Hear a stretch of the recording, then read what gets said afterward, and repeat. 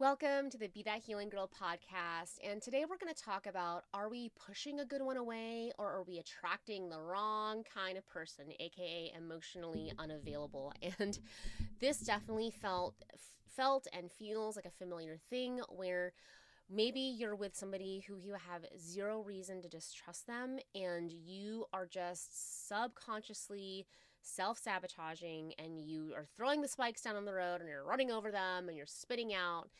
Or maybe if you were like me before I started, when I was dating, I kept attracting people that were just not available emotionally, physically. It just was really strange, a strange time. So if that is you, then this is the episode for you, honey. We're going to talk about it, if what's really going on.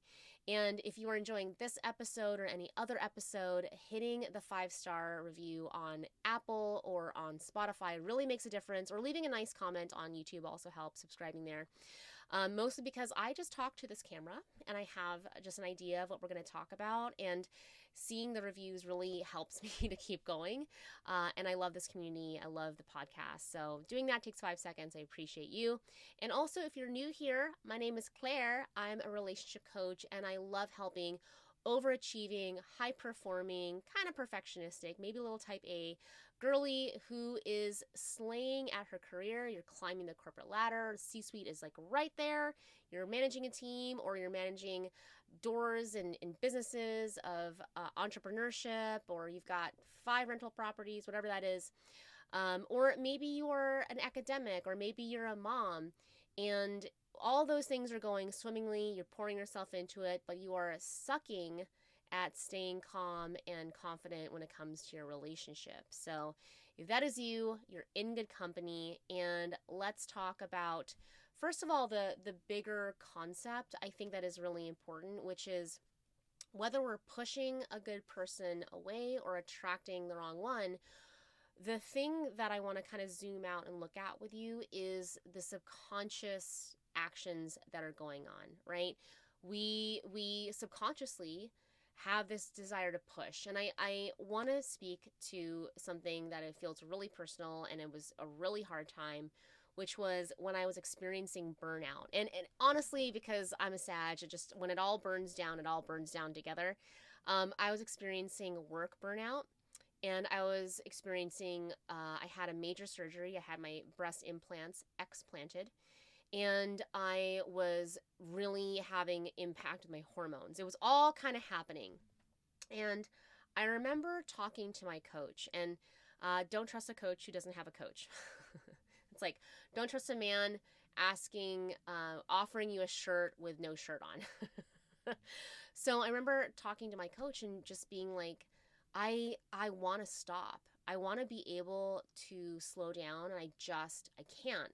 And at the time, I was in leadership with a multi-8-figure women's business coaching company.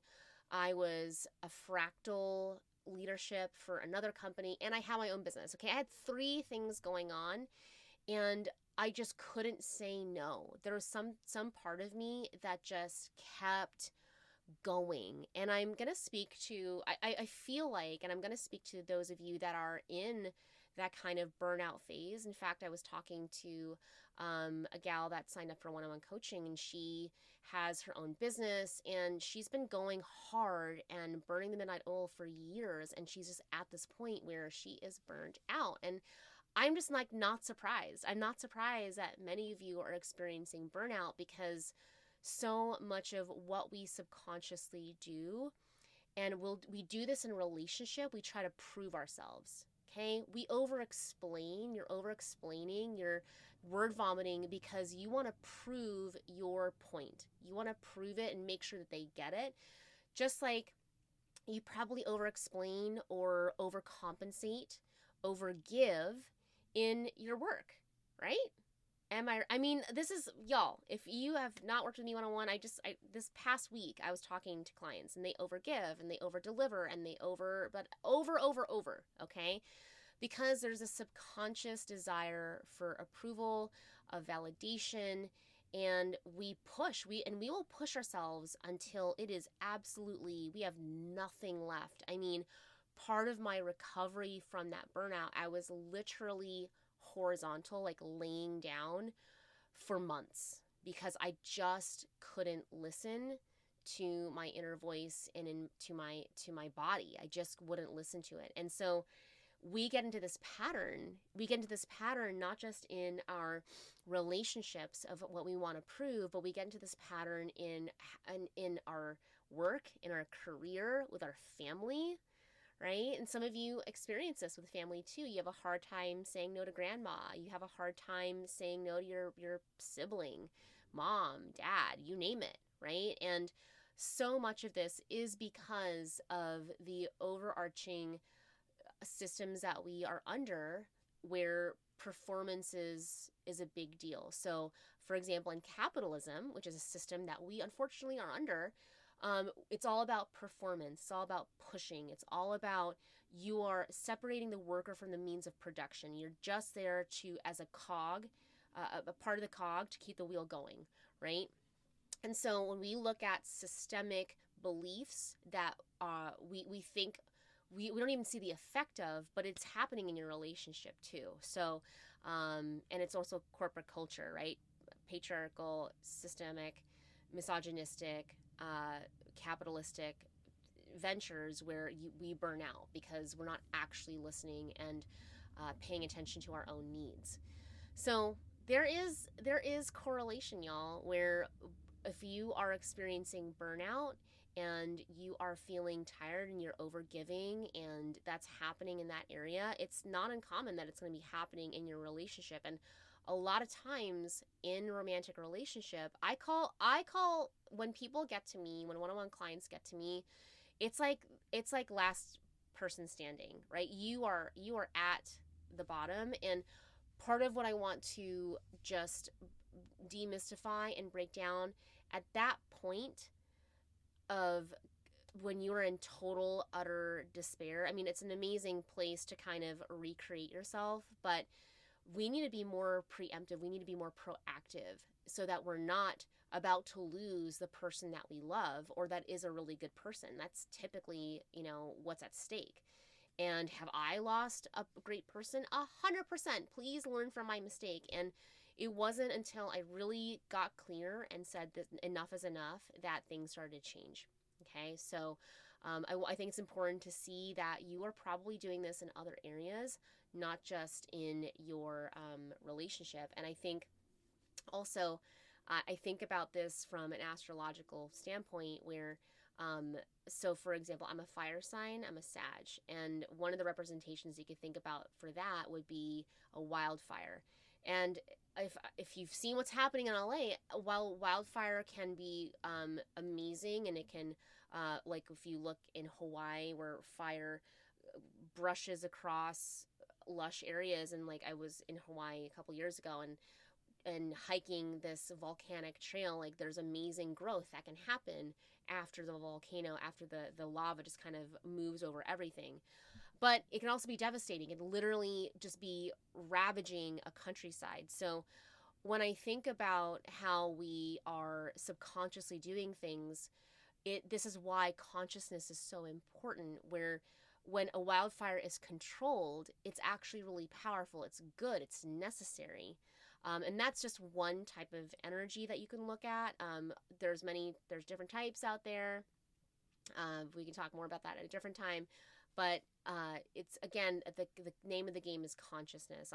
I'll use Craig as an example. So Craig's a Capricorn. So there's really great things about being able to climb a mountain. So Capricorn is represented by like a little half goat fish thing. It's so weird. But it's great to be able to climb and to get to these peaks and to achieve, but not when you're just working yourself to the bone and you're just walking up there on bloody stumps. Like that's not also a healthy thing. So it's the awareness of like, when do I need to rest? When do I need to take time? What is my body actually doing? Is it beneficial for me? Is it nourishing for me to keep going?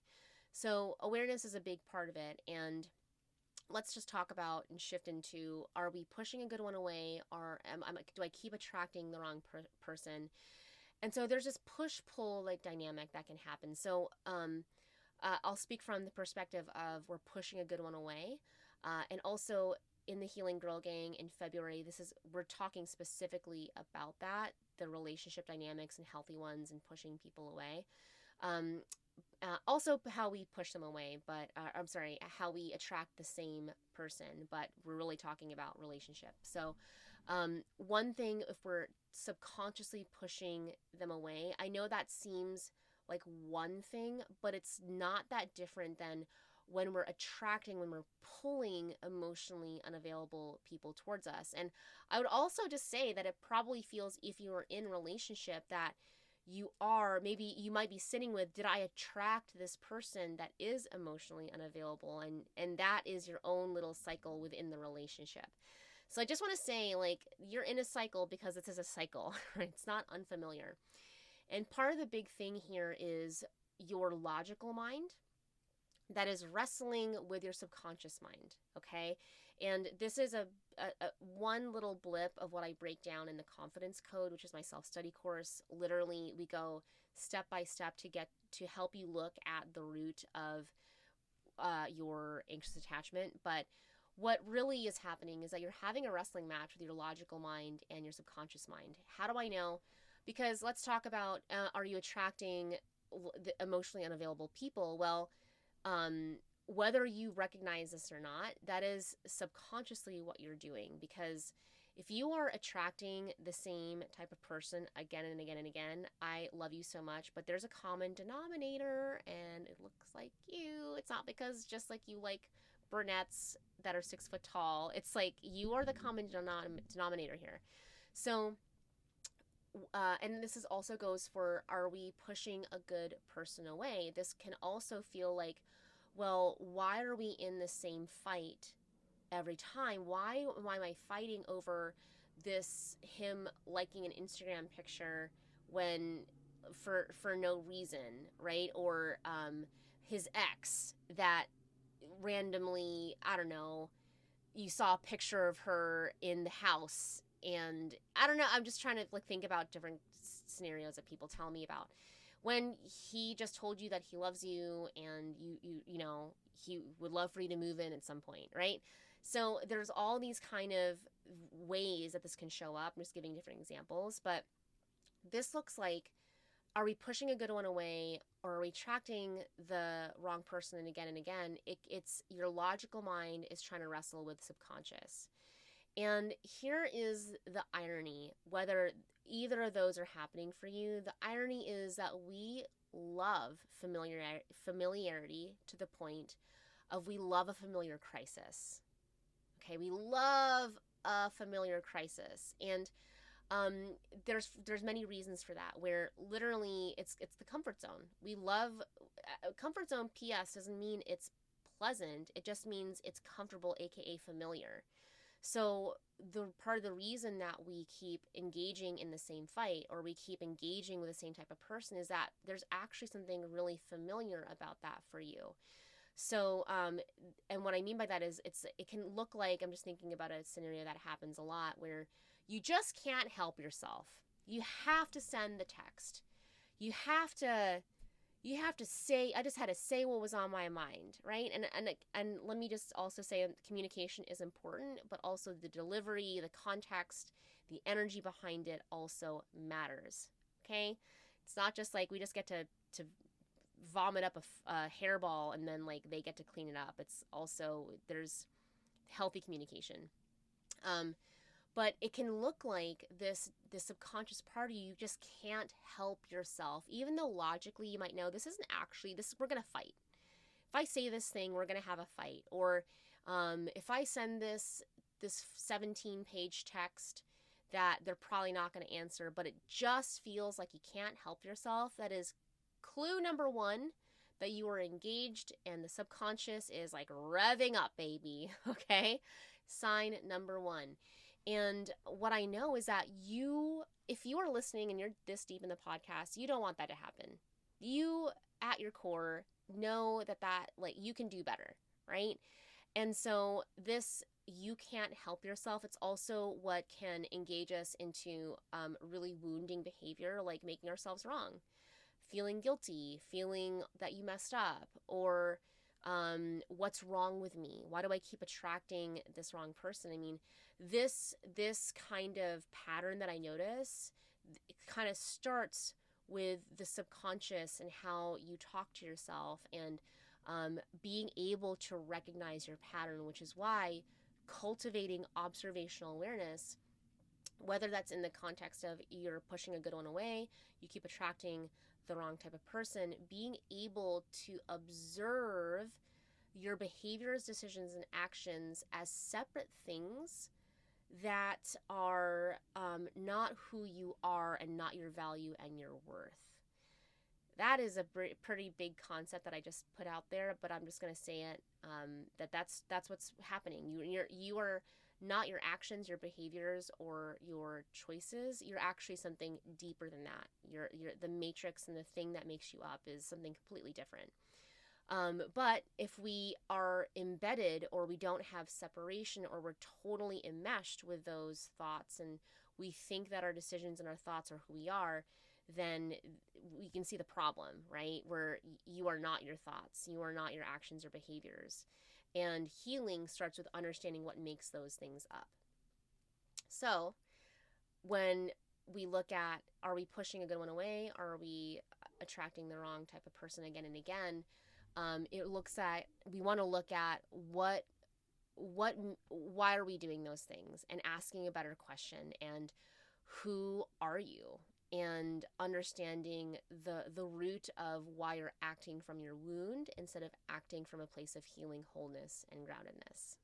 Okay, so there's that, and we're going to turn to the mailbox, which is I'm loving this version of this addition to the podcast, because if you know me, I love answering questions, so this feels really good. Now, in order for me to answer a question here on the podcast, you do have to be in the Healing Girl Gang, which is super dope. I love the Healing Girl Gang, because each month in the membership, you get a training, and we have different topics within the realm of anxious attachment, relationship, that we go into. So for example, this upcoming month in February, we're going to be talking about healthy relationship dynamics.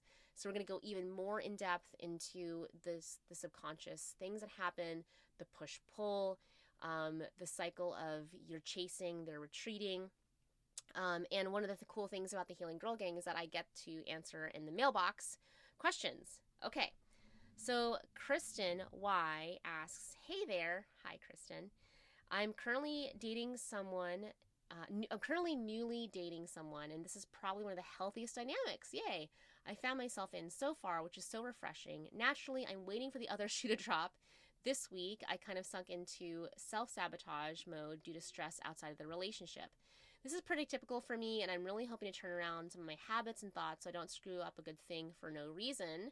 Kristen, you're in good company. And so, first of all, congratulations on dating somebody new. I love that you're in a healthy dynamic. And a couple things that I want to say, and sunk into self-sabotage mode due to stress outside the relationship. Now, that is something that is so major and so important and so underlooked and overlooked that I just commend you for even recognizing that. So to me, Kristen, you're already in like a good way and a good perspective to see that, yeah, there's outside factors that are impacting your stress, that are impacting your relationship. Okay. And you're not the only one that has this happen to. In fact, everybody has this happen to them, where, for example, this past weekend with the TikTok ban coming up, or just in kind of in limbo, I've noticed an impact in how I've been relating to Craig, just because I've been holding stress around that. So yes, external factors absolutely have impact on relationship. One of the top reasons people get divorced is because of money stress. So yeah, you're not the only one to be noticing that. And so then the thing that I would say is that if you are noticing that there's stress outside the relationship, what is your relationship with how you manage stress? And what are you doing to be able to hold yourself and self-soothe and support yourself so that you're not just taking your stress out onto your relationship? So this is, and one of the reasons why this is so hard for people and women who are who are high achievers and love to push and have just a really intense work ethic, I would say, is you probably don't value that. I love you so much, but and I say from experience, I really didn't self-care, schmelf-care, like whatever. Um, and unfortunately, that is what we deal with when we have systems of oppression like capitalism.